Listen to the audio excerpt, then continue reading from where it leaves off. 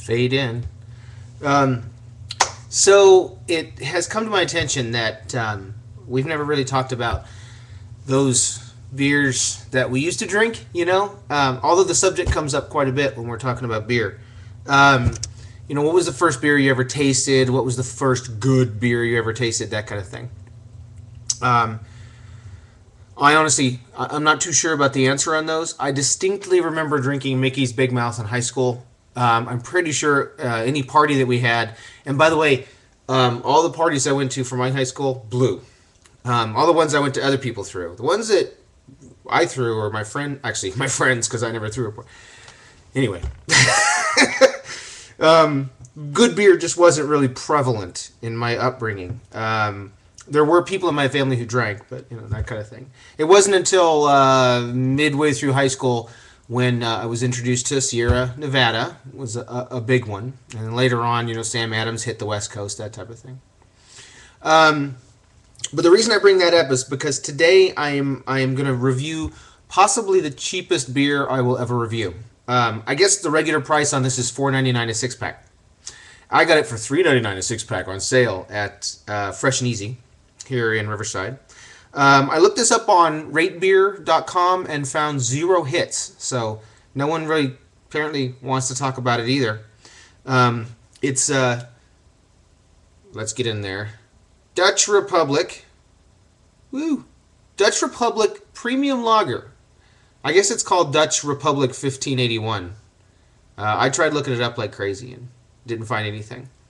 I've had a few of these things. You could drink a whole six-pack and still operate heavy machinery. Let me tell you about it. It doesn't really say on here what the ABV is. It's a 11.2 ounce bottle, so slightly smaller. A lot like Guinness is less than 12. Crafted in the Dutch Pilsner tradition. And apparently it's brewed and bottled by the H. West BV, whatever. Anyways, that's in Marsen, Holland. And it's imported here to America by World Brews in Novato. Not Nevada, Novato. So, I'm going to tell you my preconceived notions here based on what I was drinking last night. First of all, let's... Pours very clear, very honey. I poured that poorly, so there's very little head. It'll give you a little bit of head if you pour it right. I'm not interested in that, really too much. But as you can see, it almost looks like a darker white wine. Tastes, it.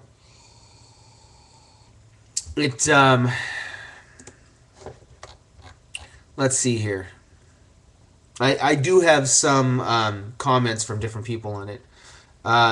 Carries a distinct Holland beer flavor. I'm not sure exactly what that is, except for they say reminiscent of Heineken. So there you go. And I guess that would be fair. The flavor is reminiscent of Heineken. Not very harsh at all. The manufacturer, the brewer...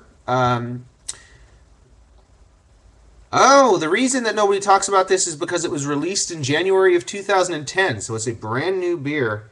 Dutch Republic is a lager beer brewed in the traditional Dutch Pilsner style. A light golden color features a rich malty aroma with a hint of sugar balanced by slightly bitter hops.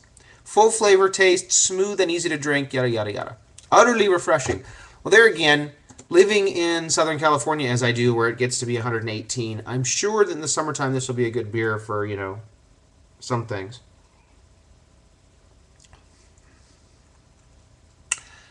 Yeah. Reminiscent of Heineken.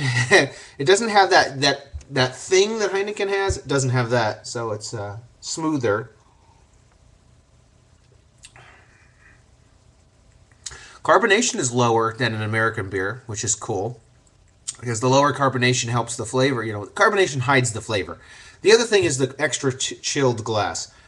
Frosted glasses are not conducive to good beer. I don't care who you are, because that temperature hit to your tongue doesn't help. And I'm sure that the extra cold probably cuts down on your ability to smell the stuff too. I don't know. Not a doctor. Not an odoriferologist or whatever it is. Anyway,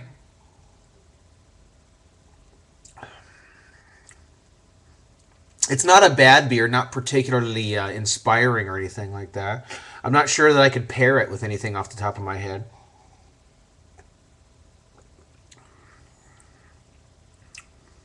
But I'll tell you what, if you're the kind of guy who thinks that Schlitz and PBR is a damn good drink, this is probably fine. You could probably drink this and enjoy it, and your friends wouldn't think that you're, queer for drinking fruit and nut beer. My God, you're drinking that stone stuff? Probably would be good with spicy foods. Quite a few beers are. Their ability to cut the tongue, for that capsaicin. So Thai food, certain Mexican foods, that type of thing. You all know what I'm talking about. But the beer itself, very lightly flavored, very light. It's a pilsner. It's Saccharomyces carlsbergensis, I imagine. Oh, by the way,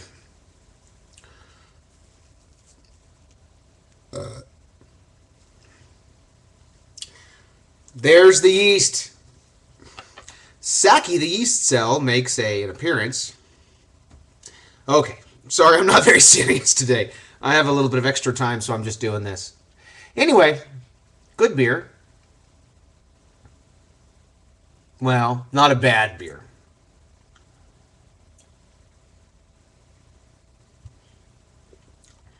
And the smell, I disagree with the brewer. It does not have a malty nose. I'll give them a little bit of a sweetness, but I don't smell malt or hops, to be honest with you.